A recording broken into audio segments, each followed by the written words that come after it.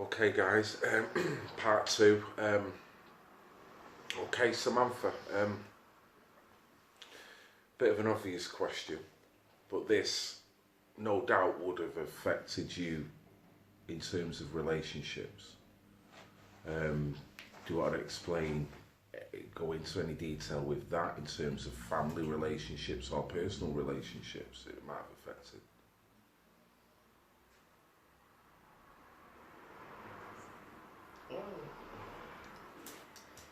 Trust. I think it's... You find it hard to trust people? She doesn't trust anybody. I think I'm about the highest person on the ladder of trust with her.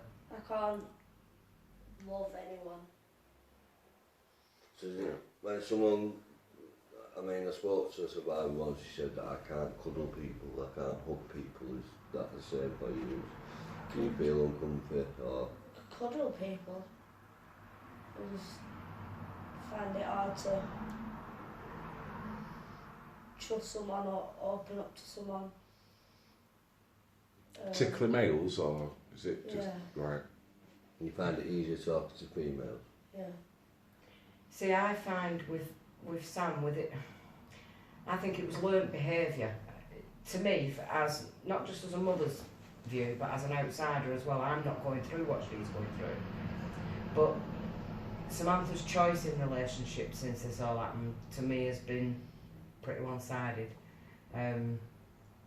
It's always been, I'm not saying Asian males because... It's never been an English guy. She's had one relationship with an English guy, which didn't last very long. 2 weeks. He absolutely worshipped the ground she walked on. He idolised her. Couldn't get enough of her. Very affectionate, even if people was around, you know, he'd sit and he'd cuddle. He'd sit next to her and they'd cuddle on the settee, and he'd message her as soon as he got home saying he missed her and how beautiful she was and how good she made him feel. 2 weeks down the line, Samantha said that she couldn't cope with that. It was too overbearing, and we couldn't make her see that he was only showing her that what she saw with him is what she got. There was no hidden agenda.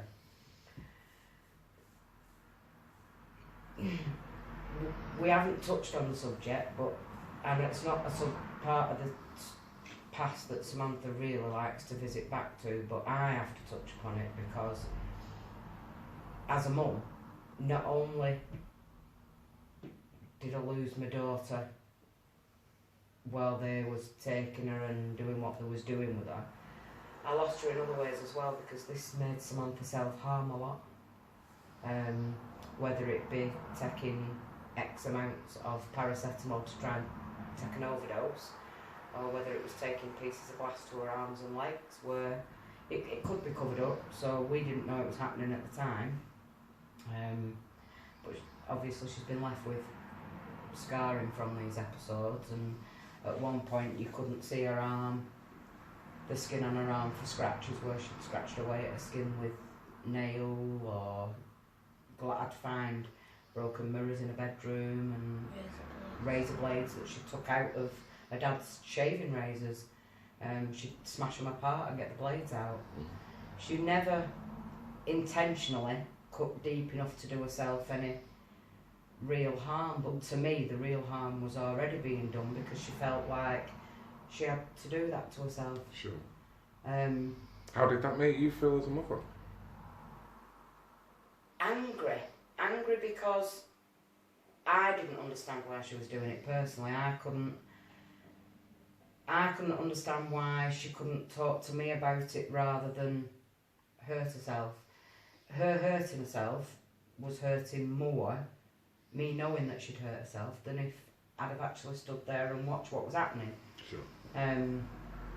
So it kind of made me feel like I'd failed as well, for quite a long time. But it wasn't about hurting myself intentionally. That's something to talk. It was about taking the emotional pain away with physical It's pain. like when you say, oh, I've got a sore thumb, so if it hit me knee, before I won't think about it. Yeah. The brain can only work on one source of pain. That's it. Yeah. Is that So also why Sorry, Phil. No, you go for it, mate. It's also why you started taking, was it cocaine? No, I was fed cocaine from the age of 12. So, I kind of got a bit addicted to it. Of course you did, yeah. Well, it's going to happen. So, It's certainly going to happen. of course you did, yeah. Sorted. Where was I before I was rudely interrupted by the door? No, just on feelings as a mother with the fact that Samantha was self-harming. About the... I felt let down, to be honest. I Sure. felt, for a short while, I started resenting Samantha for it, which, in a way, I was punishing myself for, really. It caused a lot of problems between me and a father as well, because father just wanted to go in all guns blazing. As you do, as you would. That's As a you male. do, yeah. Yeah, alpha male. I've been there myself. I've been down that angry road so many times, and I was angry at myself, I was angry at the world, I was angry at Sam. It must have been. I mean, every time that you're coming away, you're assuming that a story of this nature is going to go right to the top. Soon as any police or any establishment, any social service hear about this, right, stop the bus, let's get it sorted. So the fact that no one is paying attention and nothing seems to be happening, and you can see the emotional, physical scars. It's the pain and hurt she was going through. I was feeling there should have been something else that I could have done to stop that for her, but obviously there wasn't. And when you mention about nobody taking notice and nobody doing anything, me and my husband actually, when this all broke down with the local authority care, me and my husband went to the Burnley Express newspaper. We've been to the local MP. Can you remember who that was, sorry? I can't.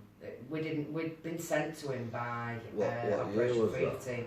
It was in 2009 because my mum passed away the same year. And what do you remember? Burnley. I think Labour was in Burnley that year as well. What?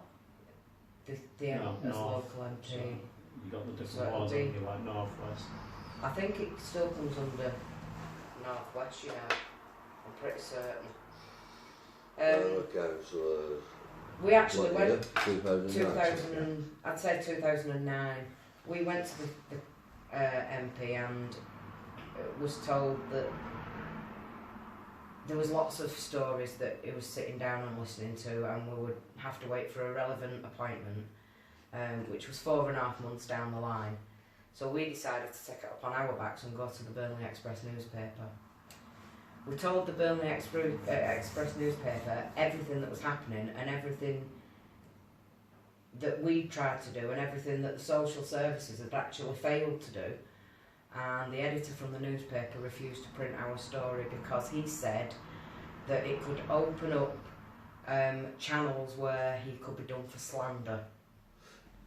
Just going to point something out here. I've just gone on to this, and it's every year from the year 1973 council elections. Yeah. Just look through that, Phil, and tell me what year's missing.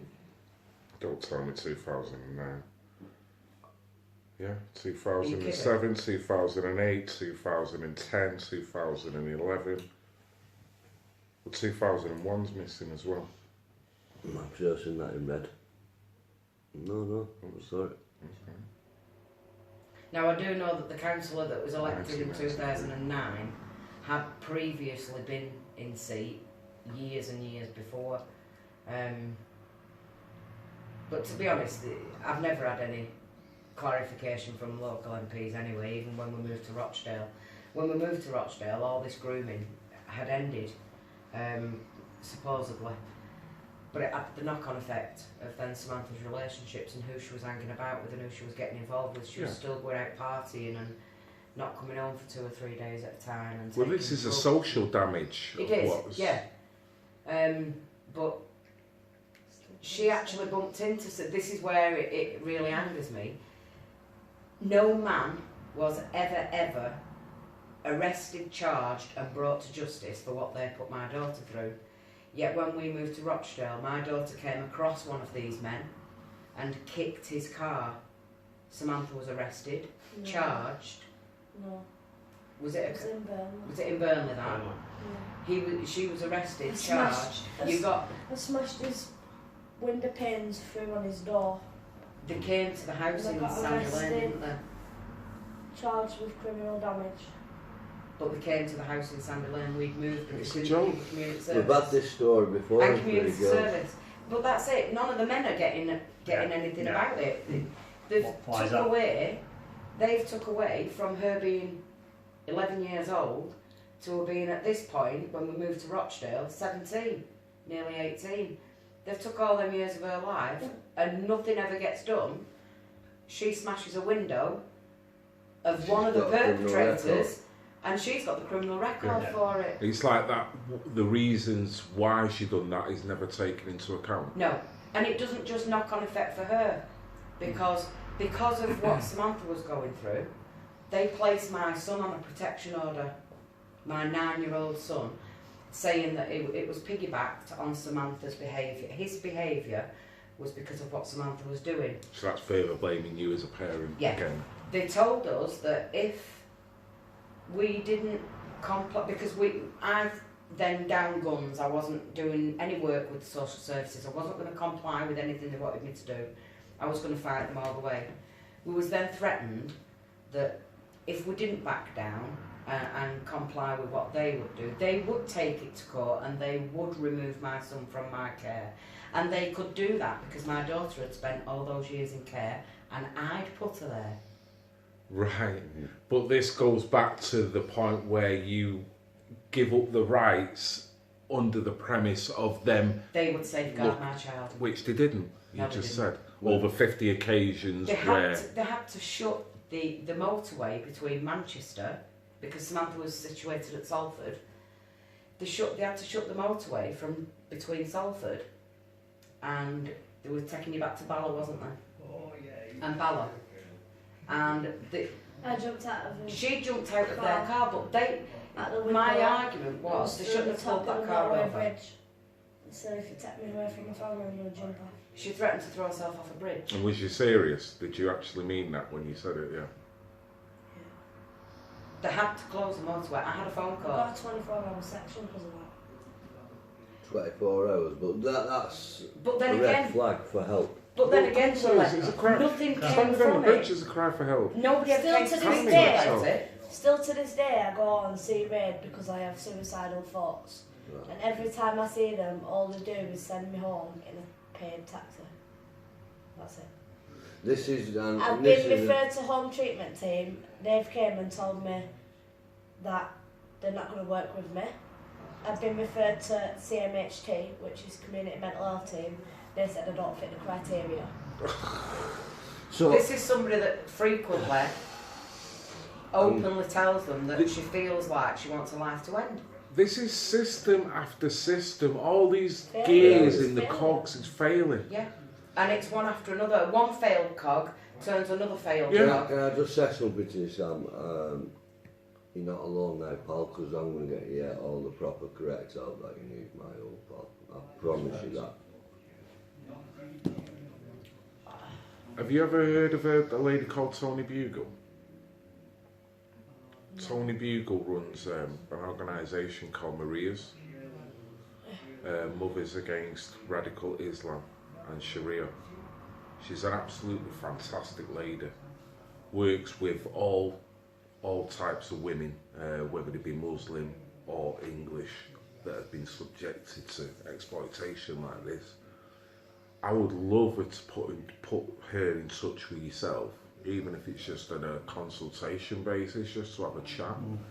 She's very good. She is a brilliant lady and she's doing a hell of a lot of work, because it seems to me that within each cog that's failing, they're turning the scope back on you, and because that's causing more pain, more anxiety, they're then using that against you us. to say, well, Which is what they did 5 years ago in 2013. Well, 2012 now. I have an older daughter who has a little boy and a little girl. My older daughter was going through a very abusive relationship and she upped and left him. They came to stay with me when I moved to Rochdale and everything was fine. Social services came out, checked that the children was fine. I, off my own back, found him a new school, my granddaughter was only a baby at the time. My daughter then came and moved in with me. The social services got involved and told my daughter that she had to be in her own place, we was overcrowded. They gave her a house in the middle of the roughest part of Haywood that you can imagine. She's got 2 children. They put her into a house next door to a drug dealer.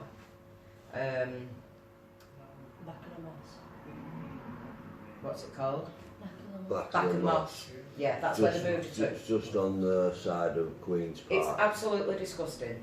If there's something going to happen, it happens there. The social services got involved and said that they was going to take the children into care because of their lifestyle at the time. They didn't stop to think that they'd put her in that situation in the first place. I applied for residential orders for both of my grandchildren. Now, bearing in mind, they'd lived with me before they moved into their new home. I was refused. On what grounds? The grounds that I'd failed to safeguard my daughter. But they've put... So my You can't write grandchildren, this to me. No. my granddaughter unfortunately got adopted out 2 years ago, so she's long gone. My grandson's living from She's 16. 18 now. 18. My grandson's being passed from pillar to post. He's now 9 years old and he's living in one care home to another care home to another. So he's now caught in the system. Yeah. Luckily, my daughter's just been to court this week and she can now have some telephone contact with him because she hasn't had any contact apart from letters for nearly 5 years. So another thing that's manifested over the last couple of, well, it's not the last couple of years, it's been going on forever, but it's more in the limelight, is forced adoption cases that are coming in. So it doesn't just seem like it's growing, it seems like there's a spot of forced adoption involved. Because they as can well. demonise, and then through demonising they can actually take further children out into their This system. is the mindset of children's services as well, you know. Well, it makes you think, what is the actual plan then? What Or- do they or want to is do? it Do they what- want to save children, or do they want to extract children? Yeah. Or is it kids That's- for sale? Well, this is it. It's It's not more that, of a it's business, for a isn't good it? look in it. They've got to look like they're doing something, haven't they? I mean, to be honest, They made me kill my baby. Samantha's personal feelings go a lot deeper because when she had to have that termination, that wasn't through choice either. That wasn't Samantha's choice. Me and her dad had found it very difficult to accept that she was pregnant. They told us the morning that she was going for the termination. We attended the hospital. We thought she'd had an accident. And when we got there, she told us How old was what she was there for. She was 14. 13 years 13 old. at the time. So we'd actually said, me and her dad had, you know, we'd been very hurt by this because we didn't know where this baby had come from. It could be, would I feel resentment to this baby being a result of Samantha being sexually exploited? We then agreed that no, we wouldn't, because it's not, you know, it's not the baby's fault. We love this baby no matter what. So we come to terms with the fact that, okay, she's in care, it's not a problem. We'll support her through this baby if she really wants to keep this, because that is what she wanted. And we were stopped in his tracks and said, listen, if Samantha had the baby wouldn't come to you. Samantha wouldn't get to keep the baby. This wasn't by social services. And this is a termination, this is what's going to happen. This was by care staff. But this was the care home that she was staying at the time. The care staff fed it into my brain that if I was to go through with having a baby, the baby would be straight away took off me. And this, I can even, it was a place in Salford called Chaseley House where she was staying at the time. Called Chaseley House. Chaseley House. Yeah, Right, it's that's in it. Salford. This was actually Chase also, Mouse, yeah. You just froze that notepad there. this was where she had most of the missing from home reports I'm from. going to look into this place. Salford. This place. It sounds like She had, one night we had Chase the police road. coming at Chase 3 the road. o'clock. Yeah, chase the road, chase the house. Chase the Do you know what it is? yeah. We had a report from them And telling house. us that Samantha had And ran house. away, and to let us know not to worry because 2 members of staff was following her. Half an hour later, they then rang me back to say that they'd lost Samantha, and I said, well, what do you mean you've lost her? You was following her. Oh, well, she went through some bushes, and we're not prepared to put ourselves at risk and go through the bushes because we don't know what's on the other Well, side. this And was they're the time when the two Asian guys came to pick me and Jodie up. Right. The next time, the member of staff inside Chase House alerted the police that there was an Asian male sat outside the children's home, beeping his horn for her. Sam wasn't there, she was out on visit, she was out with us. But they still went to the house to pick her up. The police didn't even attend.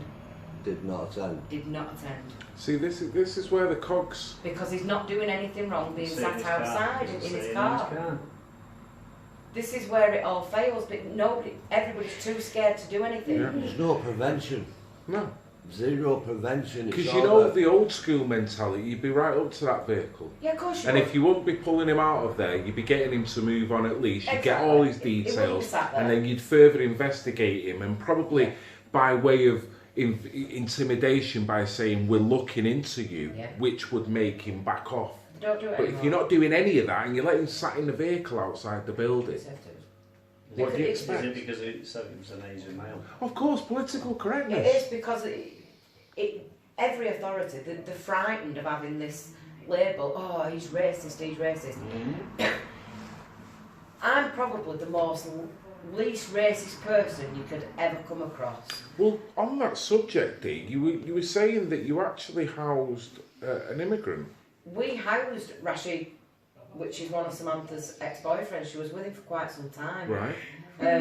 He lived with us for 3 years. As part of our family. We got on really well. And you actually said that he was one of the main instigators in terms of pulling you away from in my what was going eyes, on. because she was in a stable relationship with him, and also So we you thought. yeah. So in my eyes, he was the one that took my daughter away from that world of being abused, because she was with him. Is that how you Constantly. felt, Samantha? Do you feel that he played a big part in moving you away from it? Not really. So it was just a cover up to your parents. Because I'm 22 and... You wasn't 22 then, though. No, but I'm 22 and... I still do the same things that I used to do. You should still go out. And I'm still And involved party. in the same routines that I used to be. And I'm still very vulnerable. I've had so many vulnerable adults reports being put through by ambulances. You see, it's the I had the stage. police come to visit me the other day. It's the stage she Something gets that into. disclosed at hospital. It's the stage she gets herself into. It's. I'm trapped. I'm trapped in that kind of way of life. Right. She doesn't It's see like a anything vicious else. cycle. Yeah. Yeah, Yeah. she doesn't see anything else. Well, she's Yeah. not in it. She sees that it's wrong, and she's the one being hurt. You know, she's the one that's being damaged. And then when it comes to that, I'm going out partying for the weekend, and you know, she doesn't stop to think about where she's going to end up or what she's going to end up taking. Or it's only 4 weeks ago, somebody alerted me to a photograph being put on Facebook of Samantha with all one side of her face bruised and grazed. Was found unconscious. She was found unconscious in the town centre. I have no recollection of what happened. So to me, with the circle that Samantha had been going in, and she could have ended up in any situation, and she has no idea of what's happened. People No. supplying drugs to this. She doesn't know. She hasn't got a clue. Yeah. A lot of it's learnt behaviour, because this is what they've installed in her all these What's years. it, what you're going to see the same on the Conditioning, street? It isn't is, it? it's conditioning. Yeah. And for her, although that cycle's, it is getting broke down, because 3 years ago she wouldn't have lived on her own.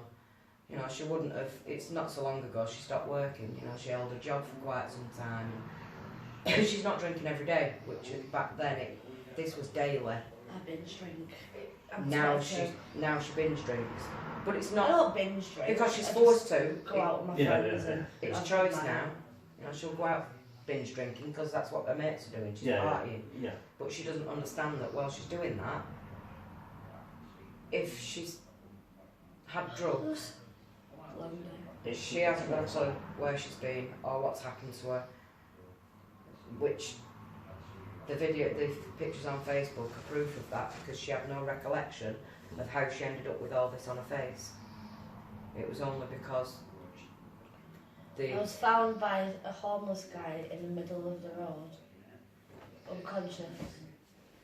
So he took my phone out of my bag, rang the ambulance. The ambulance came. Apparently it took 6 police officers to hold me down and get me in the ambulance. I had to get rushed through for a CT scan. Yeah, I can't remember anything. Nothing. But I then I remember being tried. out. I remember being With at the your bar. friends? I was with a friend, but he left me. And then I remember being at the bar after that. Blank. And this is why I say to her now, you know, back then, I understand that she didn't know what was happening, because I used to see her eyes glazed and are so out of it that she probably didn't even know I was there half the time.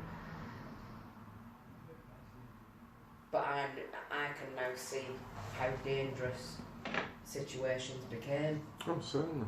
I think it's only just recently she started to see how difficult things really could have got. I mean, it's dangerous to start off with, but Samantha had been put in some very, very dangerous situations, and I don't want anybody to say, we're sorry.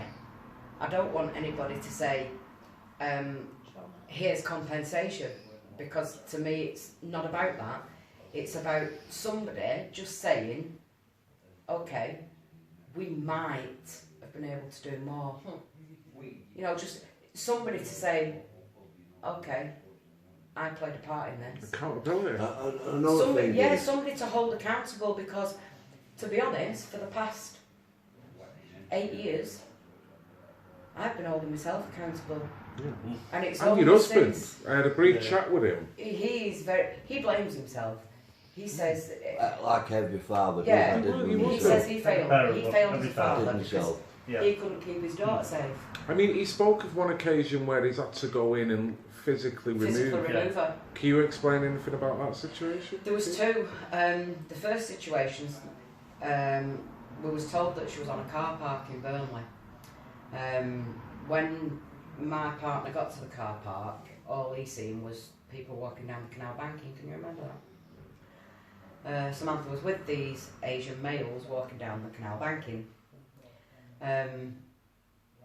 Mark was threatened that Samantha was going with them, and if he tried to interfere, he'd get hurt. Mark being Mark, you're not gonna stop me from taking my daughter, and he dragged her back to the car. Nothing ever came of that. They never followed him, they never carried any of the threats out, and we brushed it aside with all the other incidents that the police weren't going to take any notice of. It was taking us to find our daughter and not them. Mm. The second incident was she'd been missing overnight, and a friend had come up to see her, who she'd gone out with the night before, and we explained that Sammy hadn't come home, and we demanded that she get in our car and take us to where This was when I found at Sonny's house. they'd been. Yeah. They took us to an area in Burnley called Stoneyholm, which I used to call mini Pakistan, because it is the English white families are very few and far between there. Full of Bengalis. Mark knocked on the door. We informed the police that we was on the way to the house. I rang them and said, listen, I know where Samantha is. I would really like an officer to meet me there, because I want my daughter out of this house. We're going to be about 45 minutes, was the reply. Please try and stay in your car and we'll deal with it when we get there. If you can not wait outside the house and go around the corner, we'd much appreciate it.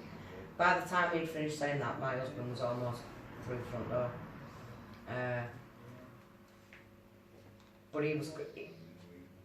That was the second time he'd then been confronted, and it was threats then against him, or I'm going to go into your house and rape your wife while she's asleep, and horrible things, really horrible things. They threatened my son. They threatened to. My mum was going through some mental health problems herself at the moment. God rest her soul. She passed away in December 2009. Samantha's running away from home and being put into local authority care meant that Samantha couldn't attend my mum's funeral, which sent her way over the scale of misbehaving. She started to rebel really bad. She'd actually asked if she could have a visit with my mum. I'd approached, yet again, the manager of Chaseley House and explained where my mum was. My mum had been sectioned in Queen's Park Hospital. And I'd said that it would do Samantha some good if she'd got to see her nan before it was too late, because we knew my mum was very poorly. We was told that it wouldn't be a good idea for Samantha to see my mum. And the fact that my mum had mental health conditions could probably could be part of the reason Samantha was behaving the way she was. Because Samantha was seeing my mum's behaviour, they were saying that would be a negative impact on Samantha. We've had that used as an excuse quite a few times, to be honest. Well, they've got it wrong so far. So what, if they was to say something like that, what credibility have they got? When clearly you can see that your nana, is unwell. Yeah. So that would provide for me more solace. Exactly. And I kept saying to him, just give her a bit of leeway. We turned up at one place, and I think, where was you living when we took, it was Bala, wasn't it, when they took you to the petrol station? Shropshire. And Samantha had gone to the petrol station with members of staff, and the members of staff had given Samantha their car keys, which had then enabled Samantha to go inside the garage with car keys in her hand and purchase a bottle of vodka to take back to the placement and drink in the place of that. Yeah. Okay. Right. I think this will be the... Yeah. Well, we're going to leave it here, guys. I don't know whether there's going to be another part, because it sounds like you're going to have some repairs. Okay. So